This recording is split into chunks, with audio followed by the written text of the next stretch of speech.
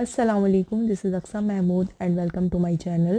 Conceive करने के बाद ब्लीडिंग होती है या नहीं और कितनी होती है, क्या उसकी नौयत होती है, इस बारे में मेरे पास काफ़ी सारे कमेंट्स आते हैं और ये एक बहुत ही ज़्यादा कंफ्यूजिंग क्वेश्चन भी है जो कि ज़्यादातर जो न्यूली मैरिड ख़वातीन होती हैं उनके जहन में होता है कि वो हर नेक्स्ट मंथ ये कि जब वो ट्राई टू कंसीव कर रही होती हैं उस पीरियड में अगर वो ये ट्रैक कर रही होती हैं कि अगर उनकी मेंसेस डेट आ रही हैं तो ये मेंसेस की स्पॉटिंग है या फिर हमें इम्प्लांटेशन ब्लीडिंग है। तो इसमें बहुत ज़्यादा कंफ्यूज रहती हैं कि आया ये मेंसेस होने वाले हैं या फिर हमने कंसीव कर लिया है, तो वो ज़्यादा कंफ्यूज रहती हैं इस मामले में। तो कैसे हमें पता चलेगा कि ये जो हमें ब्लीडिंग हुई है या ये जो हमें स्पॉटिंग हुई है ये कंसीविंग की है, इम्प्लांटेशन ब्लीडिंग है।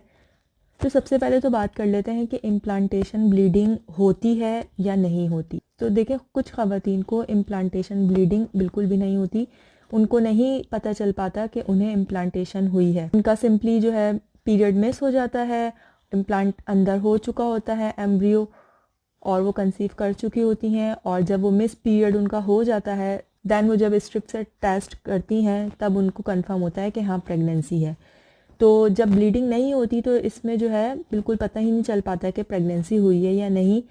हाँ, अगर उन्हें कोई सिम्टम्स वगैरह पहले से शो हो गई हैं, साइन सिम्टम्स जैसे कि ब्रेस्ट में दर्द होना शुरू हो जाता है, इसके अलावा जो है यूरिनेशन बहुत ज़्यादा होने लगता है, किसी को बिल्कुल स्टार्टिंग में इतनी मतली नहीं होती लेकिन समटाइम्स होने लगती है, तो अगर इस तरह की कोई सिम्टम्स हैं तो वो उससे वो अंदाज़ा कर पाएंगी। अदरवाइज़ उन्हें प्रेगनेंसी स्ट्रिप से ही टेस्ट करना पड़ेगा जब उनके पीरियड मिस हो जाएंगे। सेकंड कंडीशन ये है कि स्पॉटिंग हो सकती है। स्पॉटिंग में एक ड्रॉप हो सकता है या बिल्कुल माइनर सा रेड स्पॉट हो सकता है, बहुत ज़्यादा माइनर सा आपको एक रेड सा स्पॉट नज़र आ सकता है आपके पीरियड डेट से पहले। अगर आपके डेट जो है फॉर एग्जांपल आपकी पीरियड डेट है 14 लेकिन आपको स्पॉटिंग या फिर हल्की सी ब्लीडिंग हुई है 11 को या 13 को, तो आप ऐसा इमेजिन कर सकती हैं कि ये पीरियड की डेट नहीं है बल्कि ये आपकी इम्प्लांटेशन ब्लीडिंग है या इम्प्लांटेशन स्पॉटिंग है। तो आप थोड़ी सी एहतियात उस वक्त कर सकती हैं कि आगे आपको पीरियड ना हो, उसके लिए आप गर्म चीज़ें वगैरह ना खाएं और हैवी वेट वगैरह ना उठाएं। लेकिन अगर आपकी पीरियड डेट मिस हो गई है उसके बावजूद आपको ब्लीडिंग नहीं हुई है ऐसी कोई, तो तब भी बहुत ज़्यादा पॉसिबिलिटी है कि आपको प्रेगनेंसी हो गई है। मतलब स्पॉटिंग हो भी सकती है और नहीं भी हो सकती है।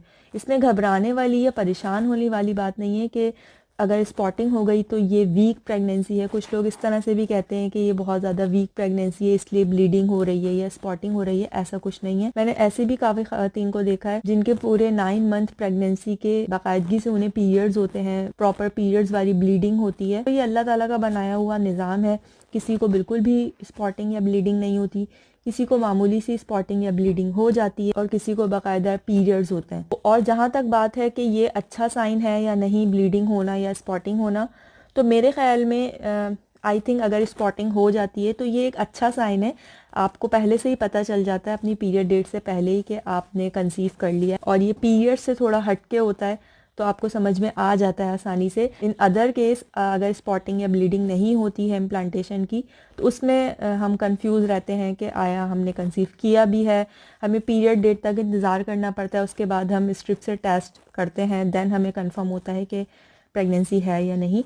बट स्पॉटिंग से हमें ये फ़ायदा होता है कि हमें पहले से पता चल जाता है। अमूमन यही होता है कि प्रेगनेंसी का 1 से 1.5 महीना गुजर जाता है, उसके बाद खातून को पता चलता है कि वो प्रेग्नेंट है, जबकि स्पॉटिंग में ऑन द स्पॉट आपको पता चल जाता है 1-2 दिन में ही कि आपकी प्रेगनेंसी हो गई है या नहीं हो गई है।